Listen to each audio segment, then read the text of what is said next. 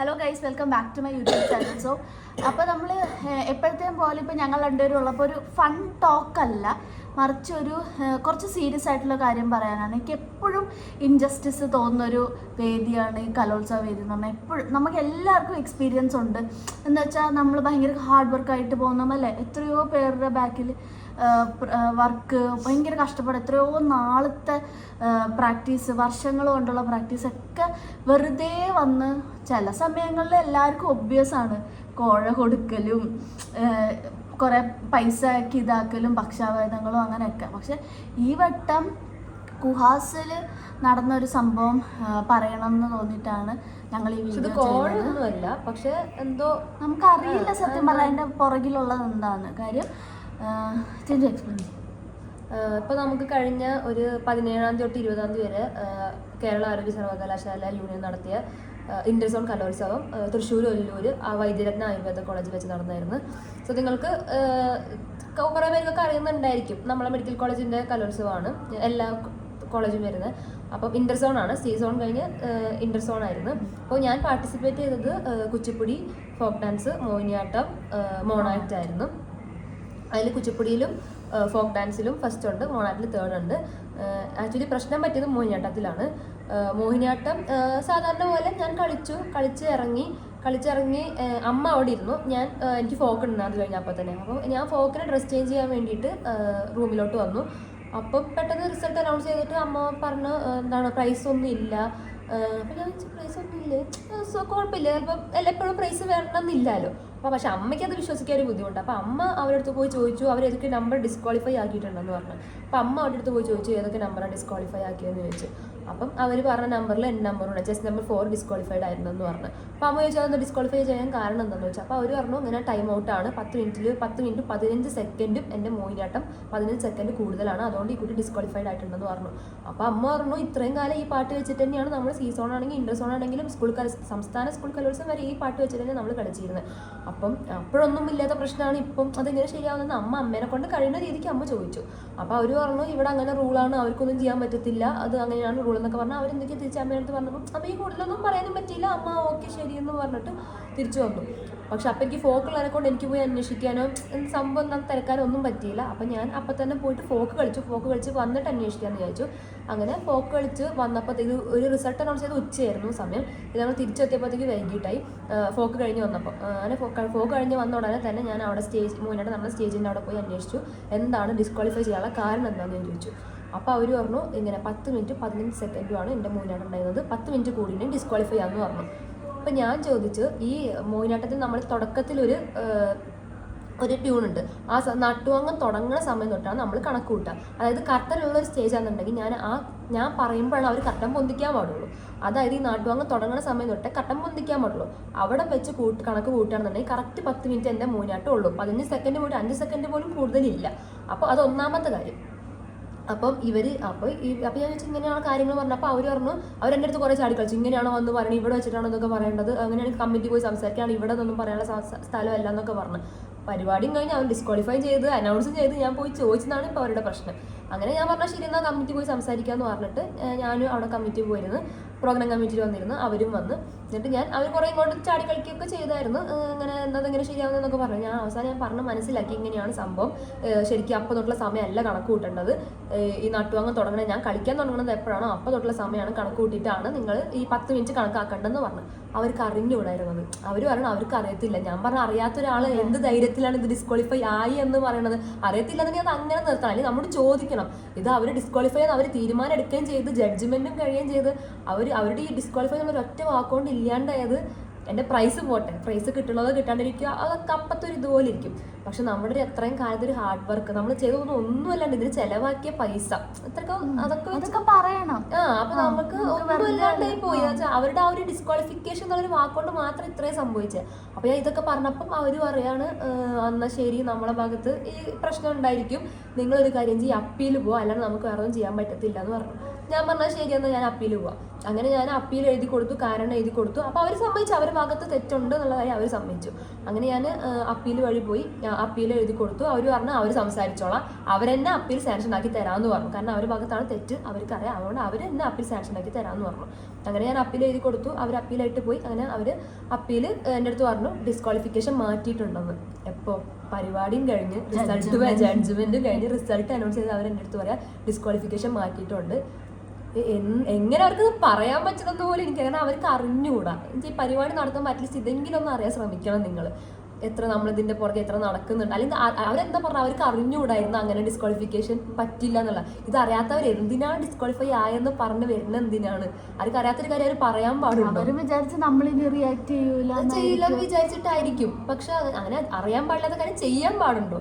അത് നമ്മൾ ഇത്രയും കഷ്ടപ്പെട്ട് വരുന്ന ഒരു സംഭവം. ഒരു ഐറ്റം എന്ന് പറയുമ്പോൾ ഇപ്പൊ ഇങ്ങനൊരു ഡിസ്ക്വാളിഫൈ ആയ ഐറ്റം എന്ന് പറയുമ്പോ പിന്നെ വരുമ്പോ ഇപ്പൊ ഒരു പഠിപ്പിച്ച സാറിനും അതൊരു നമ്മൾ എത്ര കഷ്ടപ്പെട്ട് കമ്പോസ് ചെയ്യണ ഒരു ഐറ്റം, അവർ അത്രയും പൈസ ചെലവാക്കി കമ്പോസ് ചെയ്യണം. അത് ഒരിക്കലും ഇവിടെ മാത്രമല്ല, എല്ലായിടത്തും റൂൾ അങ്ങനെ തന്നെയാണ്. ഏഷ്യയിലെ ഏറ്റവും വലിയ കലോത്സവമാണ് സംസ്ഥാന സ്കൂൾ കലോത്സവം.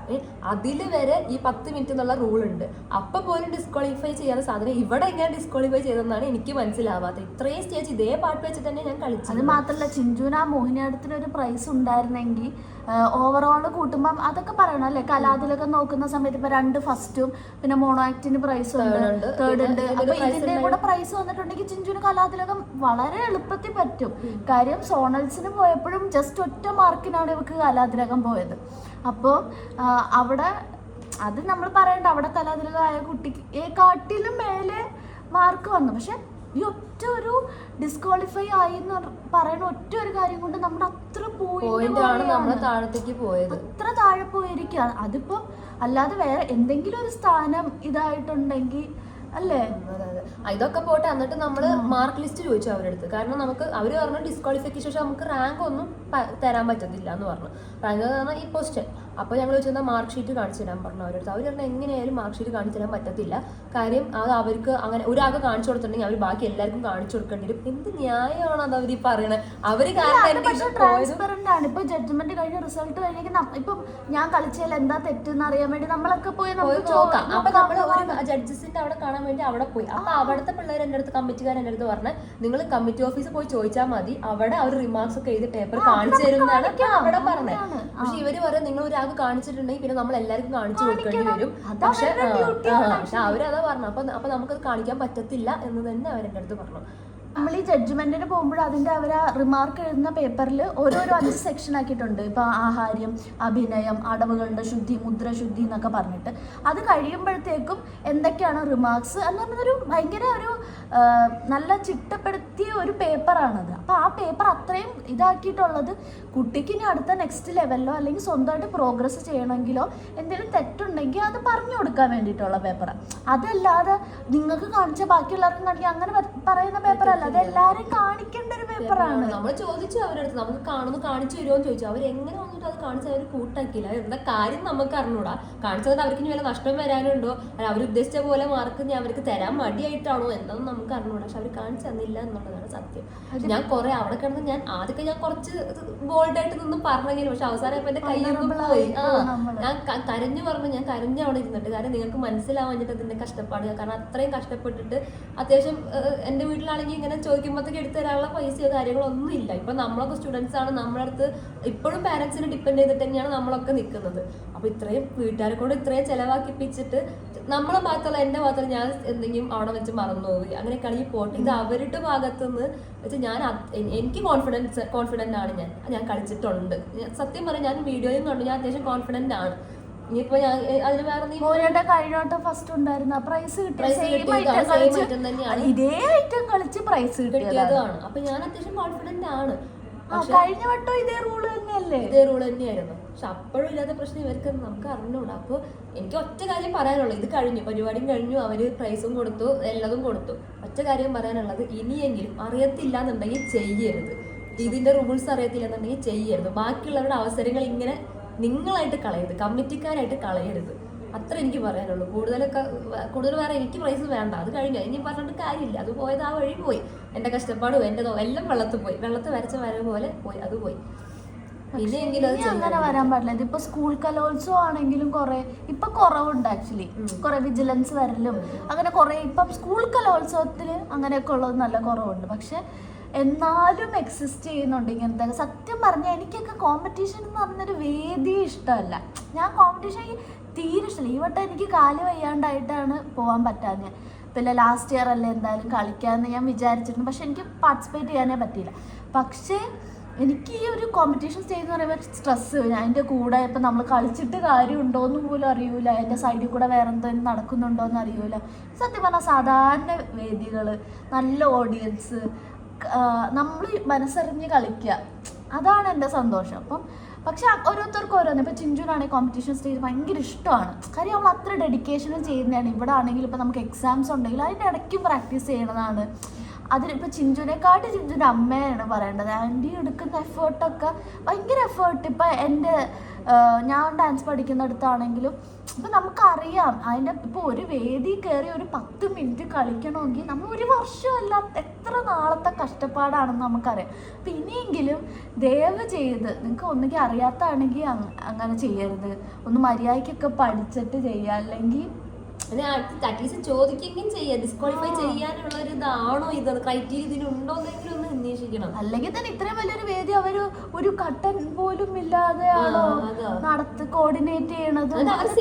പറഞ്ഞു കഴിഞ്ഞു, അവര് പറയും ഞങ്ങള് തെറ്റാണ്, സോറി, ഇതോടെ അവരുടെ കഴിഞ്ഞു. പക്ഷെ ഇവിടെ നഷ്ടപ്പെട്ടത് മൊത്തം എനിക്കാണ്. എന്റെ കഷ്ടപ്പാട്, എന്റെ പൈസ, എന്റെ ഞാൻ ഇത്രയും ദിനം ഇട്ട എഫേർട്ട് എല്ലാതും അവിടെ ഇതുകൊണ്ടാണ് പോയത്. അവരുടെ ഒരൊറ്റ വാക്ക്, ഡിസ്ക്വാളിഫിക്കേഷൻ എന്നുള്ള ഒരൊറ്റ വാക്കുകൊണ്ടാണ് എല്ലാം പോയത്. നമ്മളിപ്പോ വിവരാവകാശത്തിൽ കൊടുത്തിട്ടുണ്ട്, സ്കോർ ഷീറ്റ് ചോദിച്ചു കൊടുത്തിട്ടുണ്ട്. അപ്പം ഇനി നമുക്ക് ലീഗലായിട്ട് സത്യം പറഞ്ഞാൽ ഇപ്പം നമ്മൾ പ്രയോറിറ്റി ചിലപ്പോൾ ഡാൻസ് അല്ലെങ്കിൽ നമുക്ക് പുറത്തുനിന്ന് നോക്കുമ്പോൾ നമ്മൾ പഠിക്കാനാണ്, നമുക്ക് വേറെ ഇതാണ്. അപ്പം നമുക്ക് ഇതിൻ്റെ പുറകെ പോകാൻ സത്യം പറഞ്ഞാൽ സമയവുമില്ല.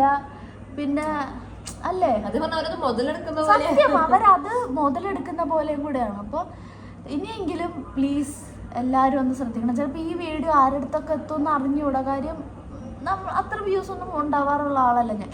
പക്ഷെ ഭയങ്കര വിഷമം വന്നുകൊണ്ട് ചെയ്തതാണ്.